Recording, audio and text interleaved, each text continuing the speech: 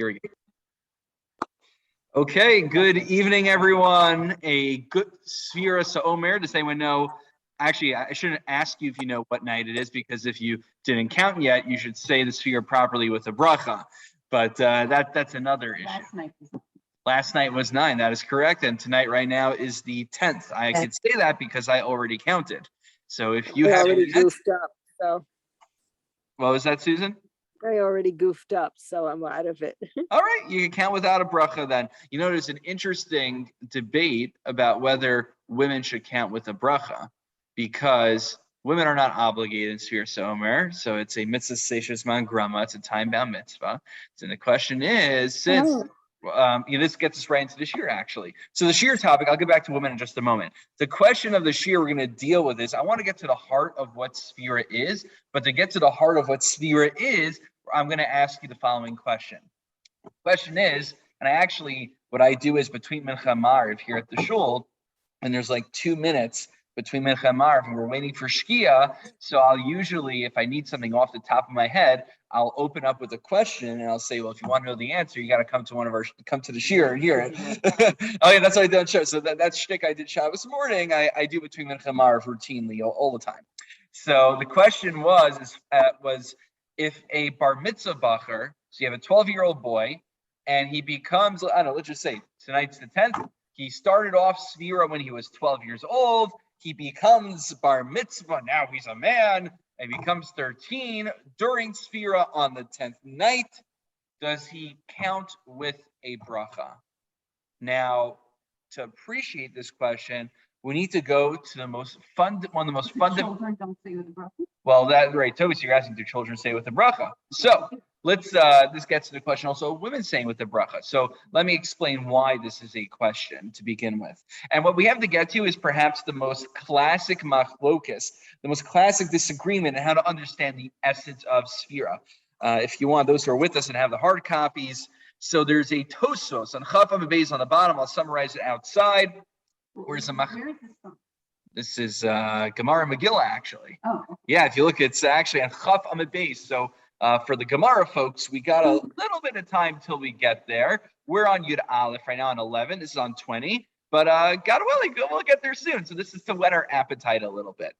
So in the second paragraph of Megillah on Chaf Amud Beis, on the bottom, in the underline, you can see, Tosfos has a machlokus between Rabbeinu Tam and the Bahag, the Baal Halachos Gedolos, which is, let me ask you the following question.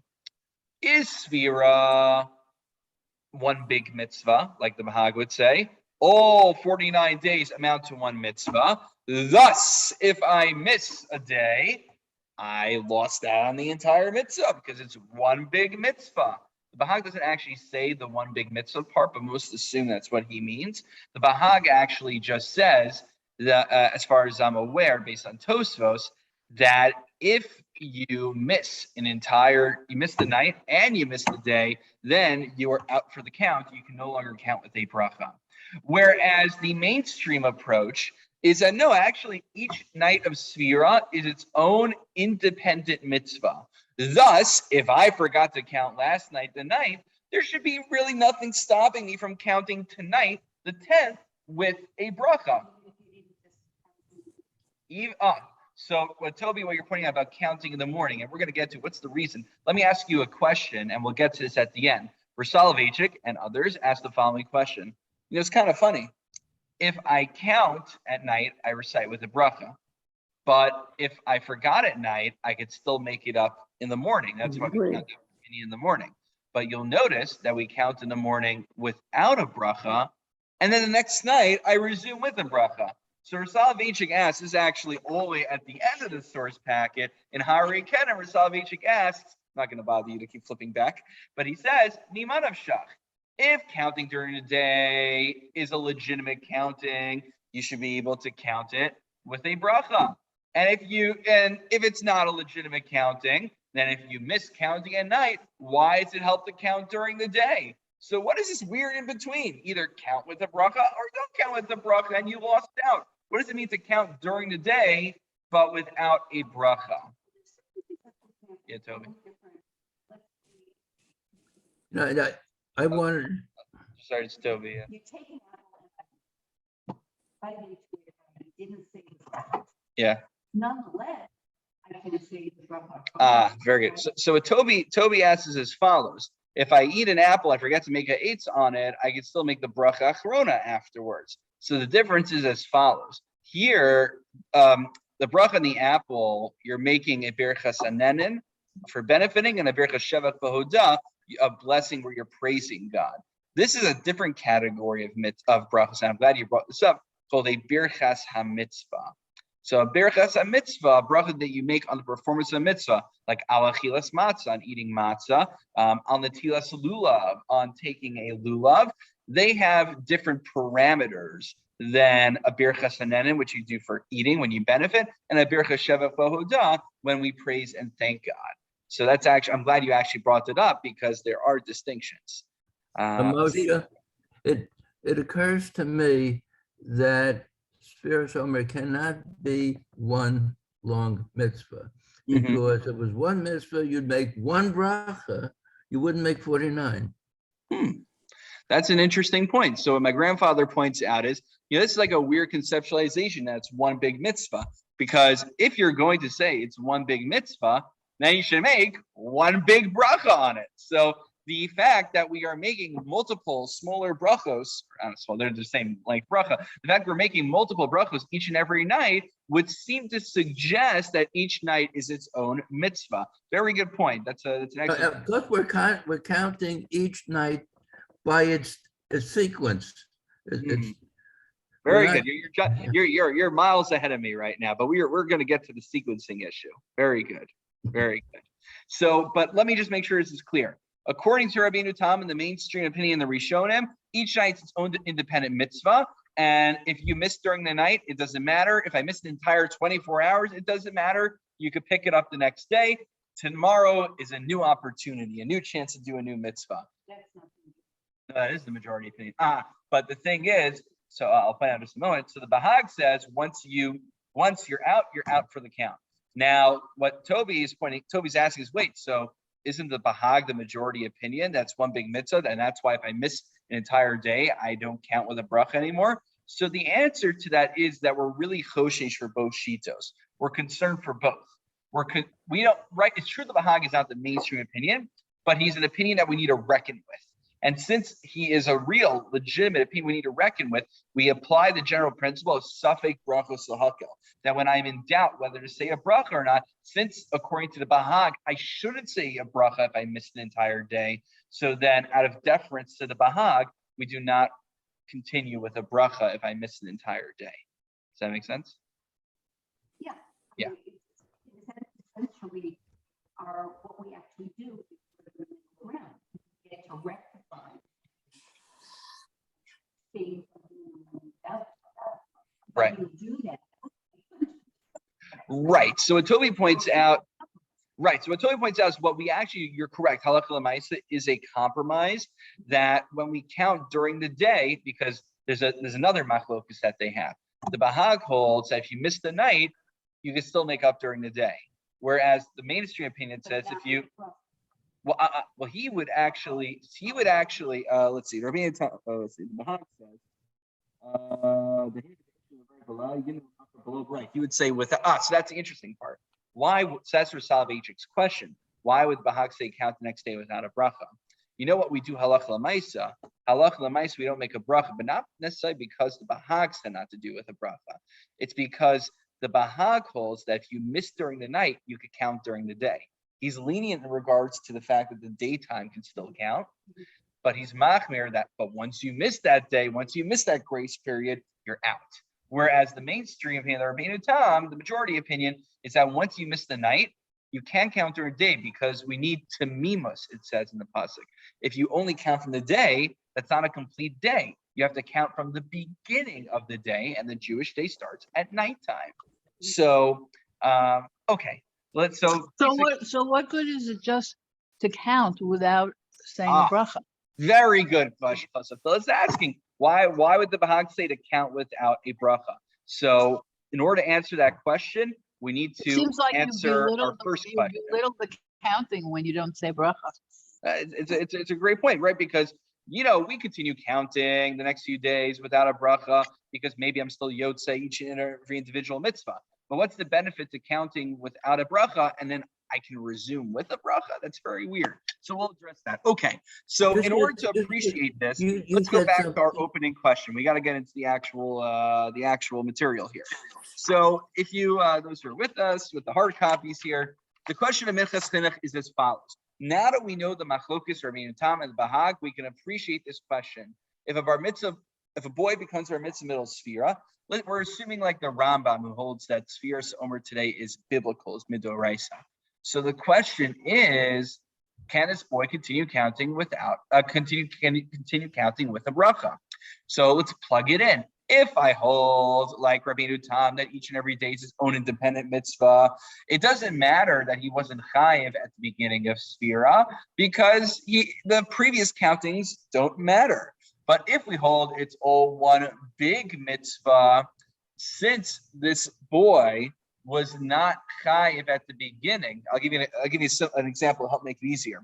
If someone wasn't Jewish, and this is actually what he deals with as well, someone wasn't Jewish, and then they convert on the 10th night of the Omer.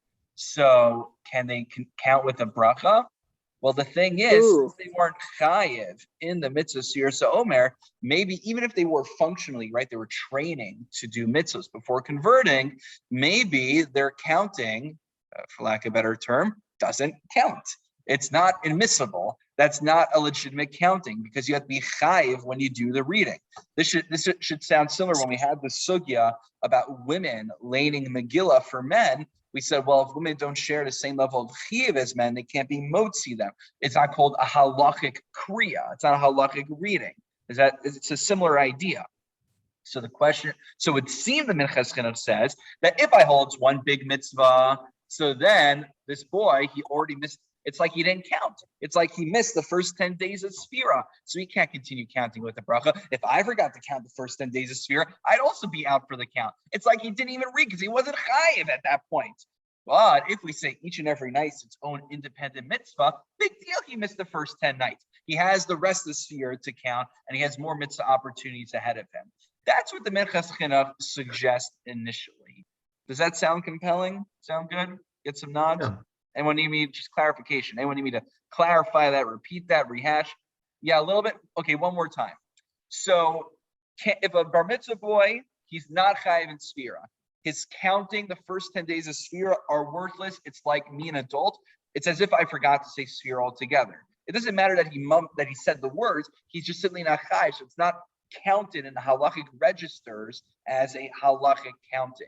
So the question is, can he now count as a 13-year-old boy with a bracha? So the answer is, if you hold like the Bahag, that's one big mitzvah.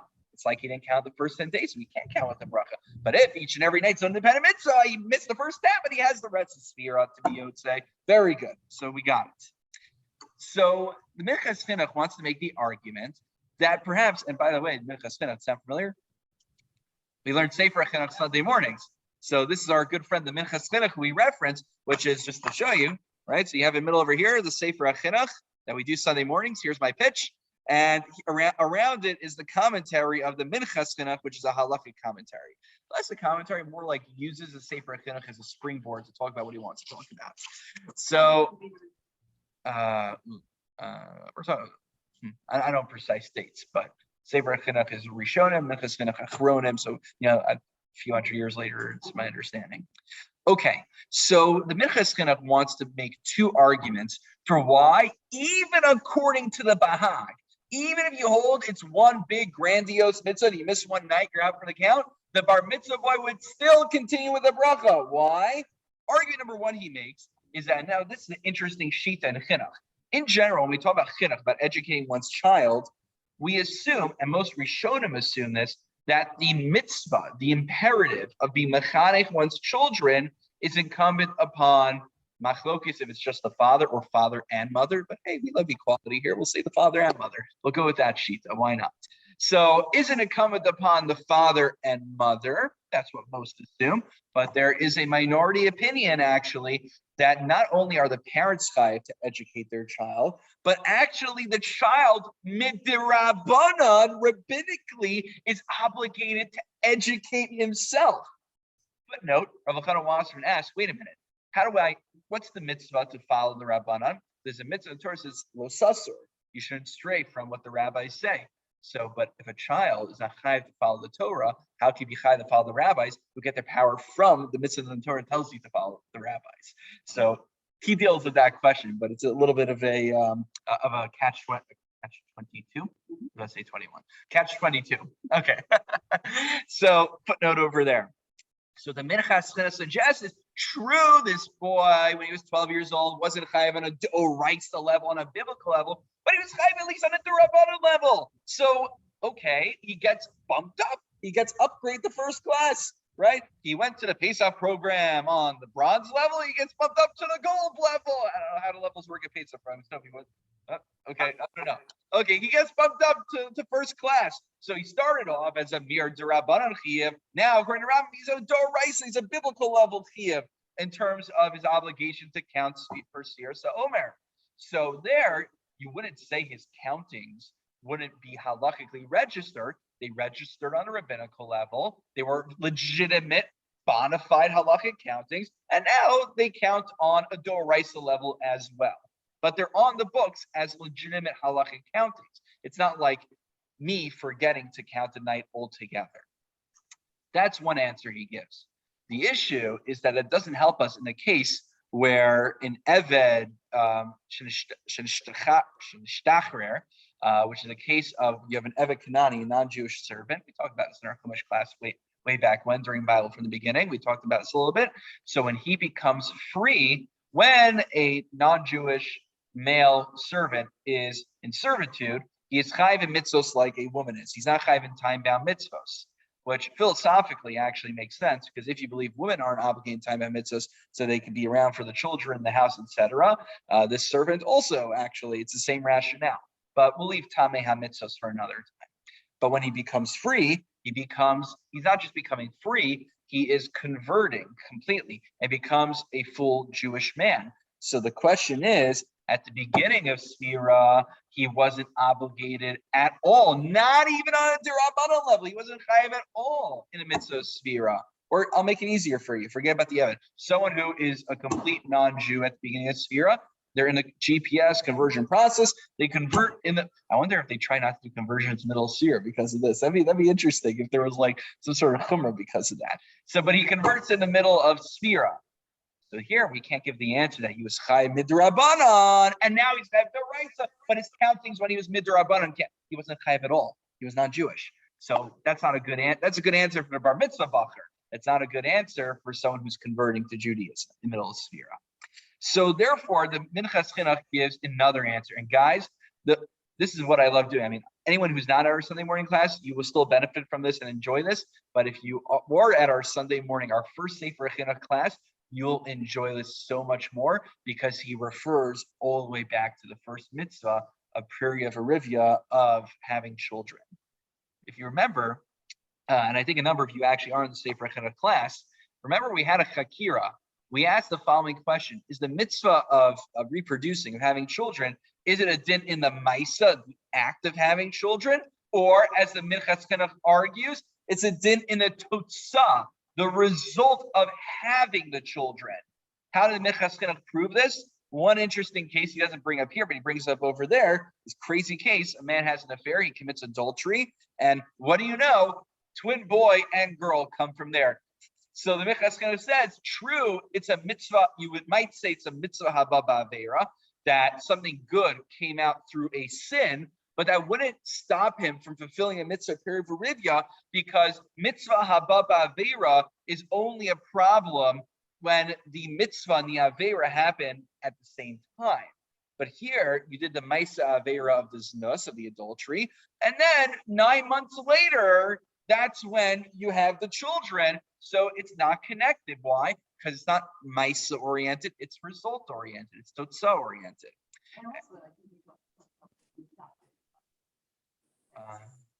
Do we talk about adoption? I think we may have discussed that. We talk about maybe that's the result oriented. It's not about the maisa. So maybe like the right. So I remember you're saying to me also when we were sitting at that table there discussing. So the other room. Okay. It's all become one blur. So, and the other proof, by the way, one of the other proofs he gives, and this is the one he cites over here, is that if someone had children and then converts, they don't have to have more children. What do you mean? When he had the children, he wasn't chayiv in the mitzvah. So how could having children when he was a non-Jew? Non-Jews are more than welcome to have children, but they're not chayiv in having children. So if he's not chayiv when he has the children, how can he fulfill the mitzvah without having more children once he's a Jew? He should be chayiv to have additional children. But the Gemara in Yevamos tells us he does not have to have additional children because it's not about the Maisa, it's not about the act, it's about the Totzah. So even though he did the Maisa, the act of having the children, of conceiving and creating the children when he was non-Jewish, not obligated, now that he's a Jew, there's no further action required because it's about the Totzah of having the children exist, of the result of having the children. So what's the connection over here? The Minchas Chinuch wants to make the same argument. That's so too over here for Sefira Omer. True, just like the person was non-Jewish and they had children, but the children, once he becomes chayiv, they count for him. So maybe I start off Sefira not obligated in counting, either because I wasn't Jewish or because I was a 12-year-old boy. But now that I am chayiv in it, later down the line, it should still count for me. That's the Minchas Chinuch's argument. But I got a big question. It's not just me. If anyone is listening very carefully, or you think about this analogy, what's wrong with this analogy? What's wrong with the analogy between the case of having children, a prayer for Rivia, and the analogy to Sefira Omer? Why don't they line up properly? So the issue, Rav Olshan asked in Yerech Moadim, those who want to, yeah, Toby.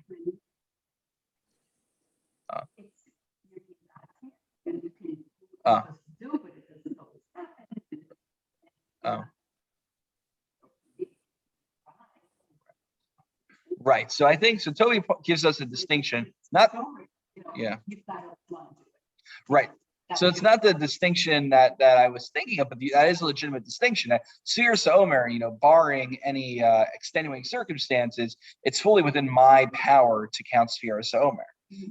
But prayer for Rivia, that someone could try, but they might not necessarily be successful. Very good. That's what I wanted to get to. Okay, good. That was what I wanted to get. Very good. So Toby asked the following question, which Rav Yerucham Olshan from the Beis Medrash Gavoa in Lakewood asked the same question as well. So you're, as well as many great Acharonim, so you're in the same boat as all of them. I'm not sure Rav Shechter does, I'm sure he did as well. So many great Acharonim asked the following question, which is, what kind of analogy is this? Perivarivia is about the result. But Sefira Omer, what's the mitzvah Sefira Omer? The Maisa, the act of counting the Omer, of counting Sefira.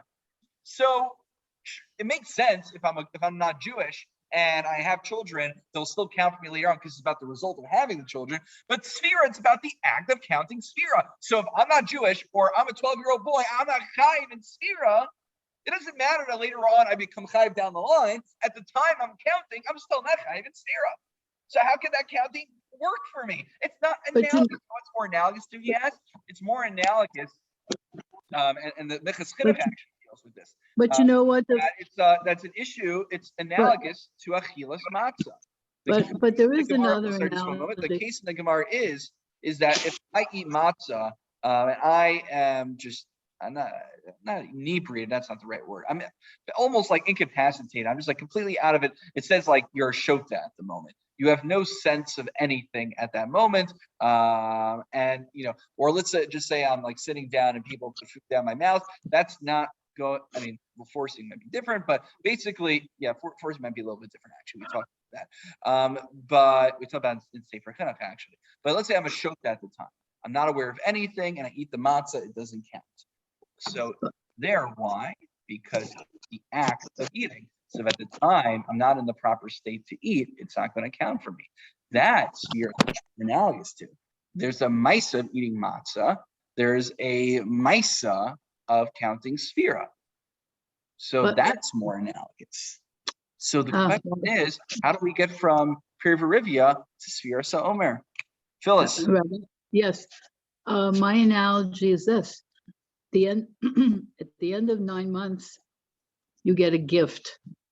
At the end of 7 weeks, you also get a gift. Very The good. So I think I know what you're getting to. What you want to suggest, Phyllis, if I understood correctly, is that it's not that the counting is one big mitzvah. Those who have the sheets in front of you will make reference to the Yirech Ma'an, to Rav Yerucham Olshin. He quotes Reb Chaim, and Reb Chaim, and he also quotes the Tziv, the Shiltos. You have the Tziv in his Emek Shela on the Shiltos. So we're on page Kuf Ayin Ches in Yerech Moadim. We are in the underline on the bottom. He says, "The Yisod Mitzvah Sfir Sa'omer, Eino Rak Maisa Shel Sfir Yom Alma." It's not about counting the days of Sfir Sa'omer. El Yesh B'Sfir Sa'omer Toras Chalos Kiddush Chag Hatzeres. By counting the days, it's not the mitzvah of counting the days. The mitzvah is to be Mekadesh, is to sanctify the holiday of Shavuos. To prepare yourself for Shavuos, yes. Exactly. And so he says, his lush is Kiddushe Itzarta. So the Kedusha Shar HaMoad Atzulim B'Yom HaChodesh. Most holidays, we think of Sukkot, we think of Pesach. How do we sanctify them? We sanctify Rosh Chodesh, and by virtue of establishing when Rosh Chodesh is, boom, we have Pesach and Sukkot in middle of the month. How do we sanctify Shavuos? Shavuos is unique. We sanctify Shavuos by counting the days leading up to Shavuos. But the counting of the days is actually not the mitzvah itself. Rather, it's the culmination of all the days being counted, resulting in Shavuos being Mekudash. Shavuos becoming sanctified through the counting. So it's not about the act of counting Sefira, but through counting the Sefira, the result is that you have a sanctified yontif of Shavuos. But you also let me finish the thought. So the analogy, here's the analogy then. The analogy is that just like in Pira Verivia, it's true there's an action required to have the kids. You need to do the Ma'aseh, you need to have the relation, you need to go through all the motions to have the kids, but it's about the result of what culminates at the end with the child. Similarly, over here as well, it also is these Ma'asehs, but they lead up to the Totzah, the action. Here's why I don't agree. Because wrong. The very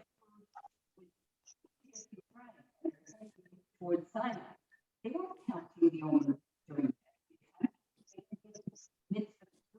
Yeah. To do it till they was Right. So the second year, Oh, and- they counted. Matan Torah, they weren't counted. Well, yeah, you need to be commanded in the Omer offering first, because we don't have the Omer offering today. But, right. But what you say that it culminated in receiving the Torah. Oh, I see. It didn't. You could say that the Torah being given was so Mekudash, sanctified on its own, didn't require our Sefira. No, it's a good point. But if we weren't given the Torah yet, also, we're really commanded mitzvah. So it's a bit. Well, exactly, but that's my point. Like,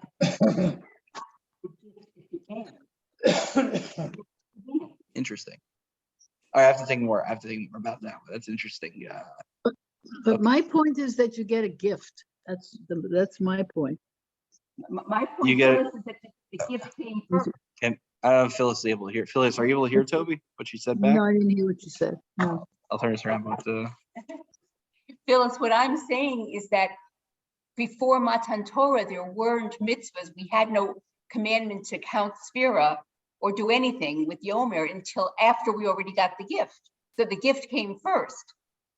After that, the commemoration of the receiving of the gift every year is preceded by the count. But in the actual leaving Egypt and going to Sinai, no one was counting. I understand, but it's for us. It's for future generations. Okay. So that we remember that we received the gift and we receive it all the time. Okay. So this is good. We'll have to Toby, when you present next week on the photos from the Pesach vacation, we'll get the rest of your halach on the Sefira as well. I get it, but I see it both ways. Okay, very good. We're open to different approaches. Okay, so that's one answer, but the one I really want to focus on was the first answer he gives, where Salveja gives this, or Emulsion gives this, many Achronim give this, which is maybe we misunderstood the Bahag. See, remember the Bahag we saw in Tosos that quotes the Bahag about Halachos Gedolos. He actually doesn't say himself that it's one big mitzvah. What does the Bahag say? The Bahag says that if you miss an entire day, evening and daytime, you can no longer count with the bracha. That leads, the Sefira Chinuch writes it himself, that leads many to assume that it is one big mitzvah, and that's why this one day, you're out for the count, game over. But not everyone actually understands the Bahag that way. Some suggest, actually, why does the Bahag say that if you miss one day, you're out for the count? It's not because in Zaidi, this will fit well with your point about how we make a bracha every night. It's not that he says that's one big mitzvah, but no, we make a bracha on every single night. He actually holds like Rabbeinu Tam, he holds like majority opinion. Each night is its own unique mitzvah, b'fnei atzmo, unto itself.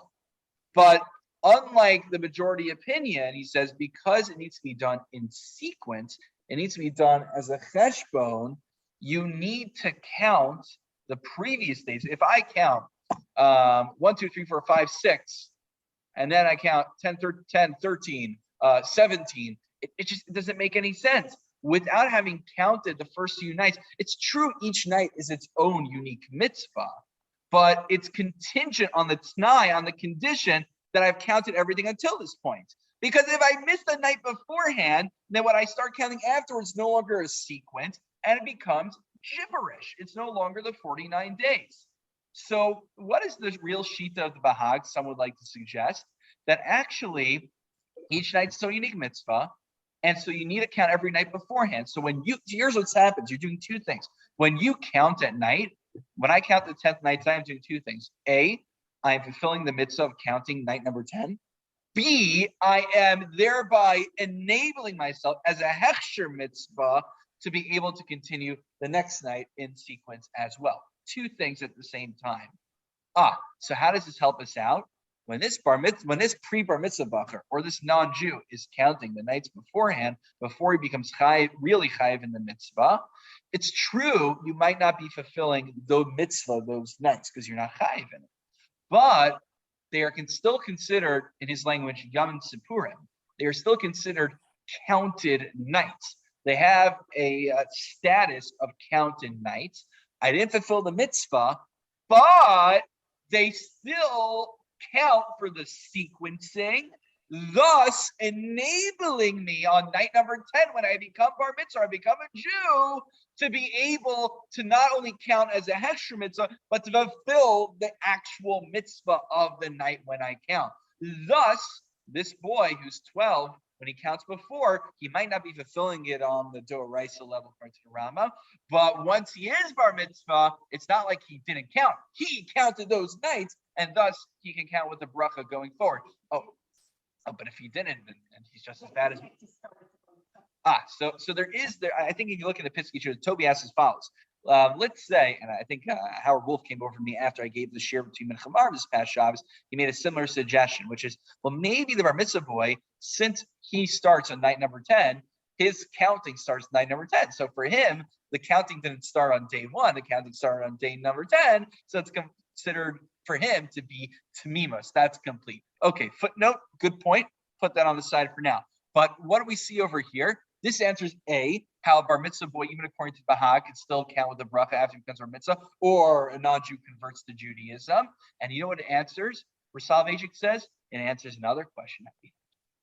Remember at the beginning, we were all asking about, I don't get it. Why is it that if I count at night, it's with a bracha, but if it's the next day without a bracha, even according to the Bahag, and then I can resume with a bracha the next night? What?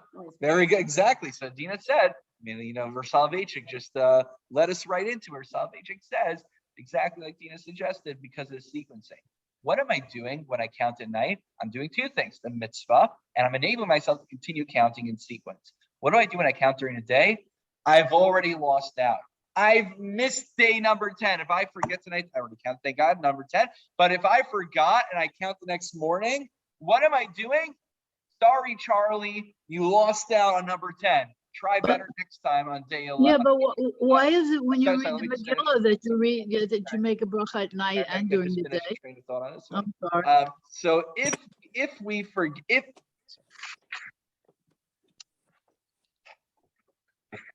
Sorry. Okay, so if I count during the night, I've been able to do both mitzvah, the mitzvah and the hechsher mitzvah. But if I can't, when I count during the day, I may not be fulfilling the counting for day number 10. It's too late. It's not smimos. I have to count from the beginning. But it enables me to continue counting with number 11. That's why you make it without a bracha during the daytime. But then the next night, you can continue counting with a bracha. That's the Sefira. And so it answers the bar mitzvah boy, how you continue counting with a bracha, and explains why you don't count during bracha during the day. You want to know good nafkamina? If it's number 49, and I forgot to count the night of the 49th, I do not count. There's no point in counting during the day of the 49th. Forget about with or without a bracha, because the whole point of counting during the day is to count the next day. But this is the last day. So if I miss the night of the 49th, there's no function to counting during the day then. Yes, Joe. So let's say I missed the night of the 10th. Yeah, you missed the night of the 10th. I said it the morning. And you said, without a bracha. Right. Now I missed the night of the 11th. Can I say without a bracha in the morning of the 11th? Yes. So Toby asked the case is right. So Toby's question is, let's say I just keep forgetting nights and I keep counting during the day. Will it enable me? And the answer is yes.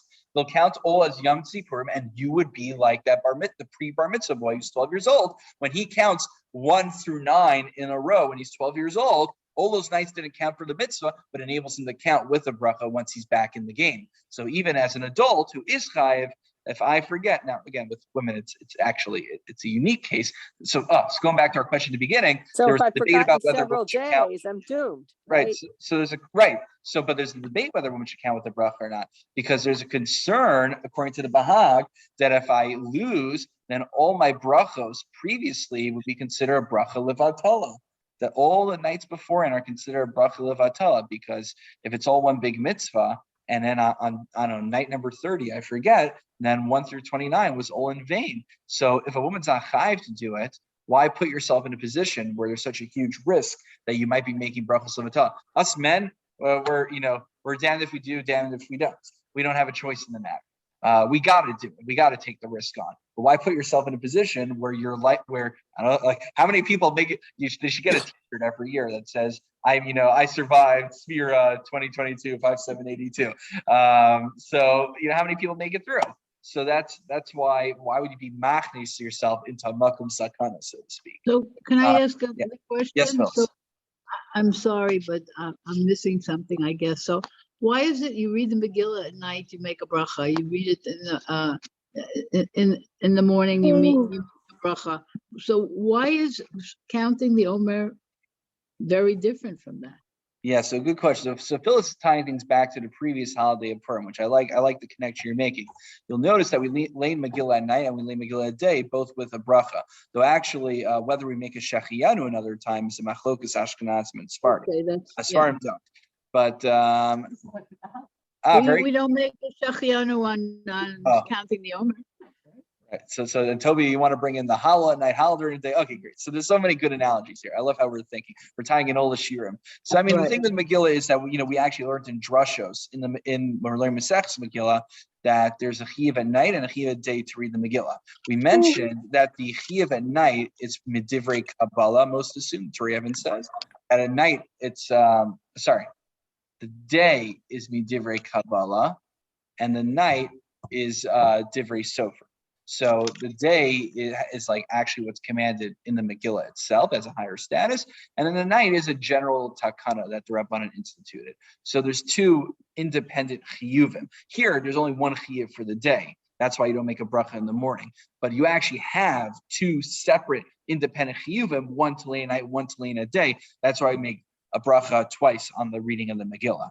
Haraya, you would think if I heard Megillah at nighttime, why do I have to hear it in the morning? Because it's two separate chiyuvim, one at night, one during the day. You're not making up. Maybe you're thinking to yourself, I went to the sanctuary minyan, and I don't know what it was like this year. I went to the Beit Midrash minyan where it was like nice. We moved along very smoothly. I'm sure the sanctuary worked out as well. But maybe you think you go to the nighttime minyan, there's the kids there, they make noise, and then you miss a word and you lose the entire Megillah reading. I'm not going to re-traumatize myself, but so maybe during the daytime I'm making up for the reading I missed at nighttime. So why don't you make a shachianu when you count the Omer? Why don't we make a shechianu when we count the Omer? I think we'll make the shechianu at the end when we get to Shavuos, which I guess fits in nicely with that idea that's meant to culminate at Shavuos, and that's where the crescendo is. Where is the shachianu for the Omer part? Well, generally when you make a shechianu on the holiday, that's what we do for Purim also. When you make Well, you do that for shechianu, every holiday. right? So when you here's a good analogy. When you make a shechianu for Purim during the daytime, we remind everyone that not only does the shechianu apply to the Megillah, but it applies to Matanas Avyonim, it applies to the Sudas Purim, and it applies also to the Mashalach Manos. So many times the shechianu will be multi-purpose. When it's applying to the holiday, it applies to all the mitzvahs subsumed within the holiday. But good question. Right, we say shechianu for holidays. We don't say it for Shabbos. Right, that's correct. Okay, I guess Bircha shechianu we'll leave for another year. That's a good one. Right, it's not a holiday, but we make shechianu at milestones, so it's considered a milestone that requires a shechianu. Okay, good, very good question. But here's the last part I want to get to. One last interesting question. This is a little bit more of a sobering question. Look all the way at the end. This last page, if you're following with us here with the hard copies. Look on the last page, Reish and Gimel and Hari Kedem. Here's the following story in the underline in the first column.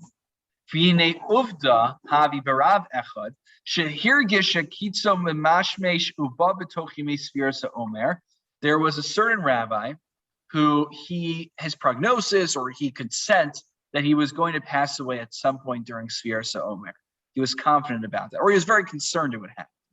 Ulekach hayasoper Sfiras Omer below bracha. He would therefore count all Sfiras Omer from the beginning. He didn't miss a night, but he would count without a bracha. Because he was concerned that if he were to pass away during Sfiras Omer, according to the Bahag, it's one big mitzvah, he would make all these brachos levatala. He make all these brachos in vain. So he didn't want to start saying Sfira with a bracha, lest he pass away during that time. What does Rav Soloveitchik say? But that's only if you understood that the Bahag held that Sfiras Omer is one big mitzvah. If it says we just explained that actually it's multiple mitzvahs, each and every night's own mitzvah, they're just interdependent. It's just that there's a prerequisite to count 29. I need to count 1 through 28. So actually, even if, God forbid, he passed away during Sfiras Omer, he shouldn't have to worry that all of his brachas were made in vain. Each and every night counted. It's just that you need to count the previous nights for it to count the future ones. But the fact he can't count the future nights has no bearing on the fact that he fulfilled a mitzvah all the nights beforehand. So based on this reinterpretation of the Bahag, we can understand why a bar mitzvah boy should count with the bracha, why this man who thinks that he was going to pass away during Sfiras Omer should count with the bracha, and why also, as we said, that if you miss during the nighttime, you can still count during the day without a bracha, so it gets you back in the game for the next day. So you have counted Yom Sipurim, and that way we could grab an opportunity each and every night to count Sfiras Omer. Even if we missed the previous one, we could still make it up the other nights, even according to this interpretation of the Bahag. This is not the mainstream interpretation. Thus, halakha l'maisa, if you miss an entire night and day, you count without a bracha. But this is some good luntus over here, I thought. Okay, I got to run. Yasher koach, everyone. Thank you for joining in person and on Zoom. Thank you. Thanks so much. Thank you. Stay in the count and make it through all Sfiras Omer in one piece. Take care, everyone. Have a good night. Good night. Miles, again, Zadie.